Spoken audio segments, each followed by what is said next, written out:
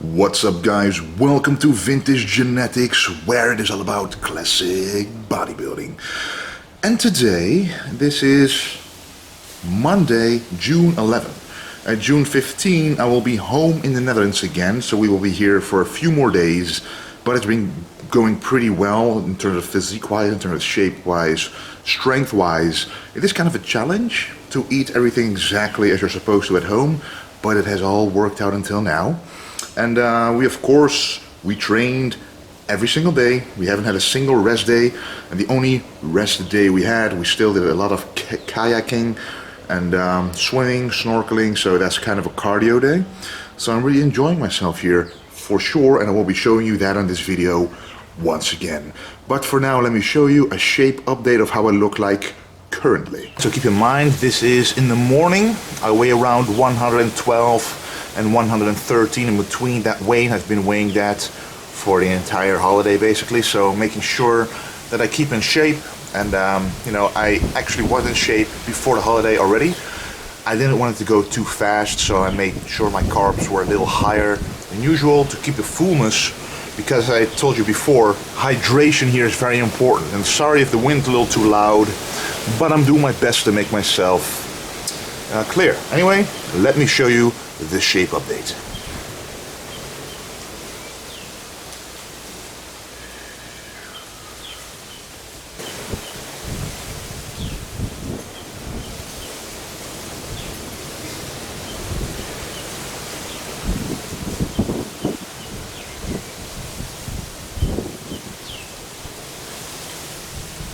The effect stays and the leanness stays as well.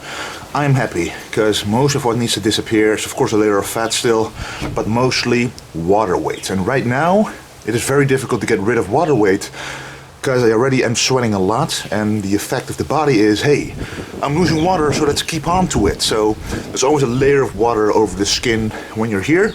So when I'm at home, it'll be very different for sure, and it'll speed up indefinitely. Anyway, let's move on to the video. Alrighty, and then we went on to train back, of course. We trained back and biceps, chest and triceps, and legs. Those three muscle groups basically when we're in Bonaire. And the volume that we do, we keep it to the basics basically, because it's very hot here. You waste a lot of energy. Well, not waste, you burn a lot of energy. So instead of doing 5 exercises for a big muscle group, we like to stick to 3 or maximum to 4. And sometimes instead of 3 or 4 sets, we might hit 5 sets for an exercise. So the volume is roughly the same, but the different amount of exercises is less, so that you stick to the basics when you're in an environment like this. But this is the V-bar pull-down, which we started with, an excellent exercise for the back width and the back thickness. And as you can see, I'm stretching the back all the way at the top and contracting the lower back as well at the bottom. Because if you look very closely here, I'm stretching all the way up and letting the V-bar go to my lower chest, and that allows me to actually be able to contract not only the middle and upper back, but also the lower back. So it's an entire back movement, this exercise. And then we moved on to another back thickness exercise, the seated row machine. There weren't any seated row cable pulleys here, so we had to stick to machines like this, which work pretty well as well. Because if you do it correctly, if you grab the handles nice and low, if you sit nice and high, you can contract the lower back very efficiently as well. So make sure to stretch out the lats just as I would do on the regular seated row exercise, and then contract the lower back as hard as possible. And we also did some bent over rows with an underhand grip for 5 sets, but then we did some bicep exercises on this bicep curl machine. 4 sets, 12 to 15 reps, which you cannot forget about the biceps. And then ending off with the concentration curl. 3 sets in total, and don't go too heavy on this one, because otherwise you cannot get a peak contraction, which is what we do want on an exercise like this.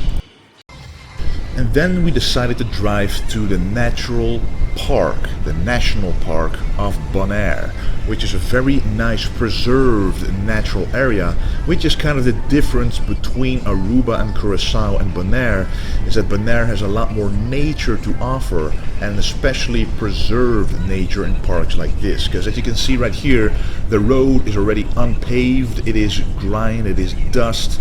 That's really what I like. It's really an adventure to get through here, and it allows you to see environments and areas like this. Just a nice force of nature which you wouldn't otherwise be able to see. You really have to drive for about an hour to see this through rough terrain. And you can see the different parts of the sea coming together, and the rocks there are actually coral fossils, which is very interesting to me for sure. And then we also photographed, while walking through the park, some animals like these lizards, which is awesome to see. They come very close by for sure. But we also took a break, as you can see right now, and when we took a break, a lot of these guys came close up to us, and a lot of little lizards who knew that if you sit at this bench, food is present. So we decided to feed them a little bit, and we threw some bell pepper pieces away, and they were very fond of them, because as you can see, they all run towards that little piece of food and fight for it for sure. So that was quite an experience, to say the least. And we also saw some flamingos, which if you see them in real life is just very different from seeing them on a video or pictures. They are majestic animals, and you know, they're all over Bonaire, but especially in the national park there are quite a lot of them to see. Then I'm gonna show you a little piece of how rough the terrain really can be during this trip.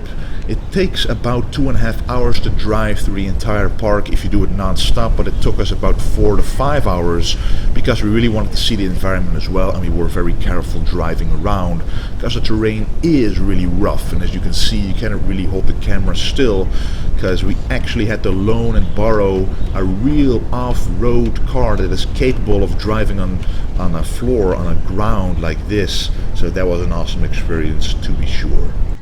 Then it is time to work the legs again. So this is the next day. Working the legs, always starting out with the hamstrings, and I love this exercise because it's a unilateral lying leg curl, and that means that each leg is working individually. So if one hamstring or one leg is stronger than the other or weaker, you will notice the difference. And what you have to do, what you have to force yourself to do, is put them and push them upwards at the same rate. So if you feel that one leg has to do more effort than the other, you know that it's weaker than the other one, so you have to work in it for sure. And I know myself that my left quad, for example, is a little smaller than the right one, but during squats you cannot notice it. But if you do individual or unilateral leg extensions, you are able to notice it in the difference in strength and contraction. So the same applies to an exercise like this, and it is really nice that you can go full range of motion with both the stretch and the contraction. We cannot skip leg day without doing squats. So we cannot skip the squat exercise on a leg day, is what I'm trying to say. This is one of the best exercises you can do for building the legs. I personally, for my weak points, I like to do sumo squats, which you will see me do in just a second, because they work the inner thighs really well. Of course, you're not as strong during the sumo squat as you normally are, and you cannot really go past 90 degrees unless you're very flexible. But I'm already impressed by myself that I'm able to go to about 90 degrees down, because you really feel your inner thighs pull and stretch very far. But that effect, that will cause your body, your brain, to tell those muscles to grow, because they're under more stress. It causes more inflammation, and it causes them to grow more. So as you can see, my legs are pretty wide, my knees are pushing apart, not inwards, which is very important. Trying to keep my feet as flat on the floor as possible without them caving in, and this causes the inner thighs to really get a spark of growth. So I really like an exercise like this. You cannot go that heavy on it if you go with a full range of motion and if you go with a good form, but it will definitely work on your weak points if your legs are a weak point in general.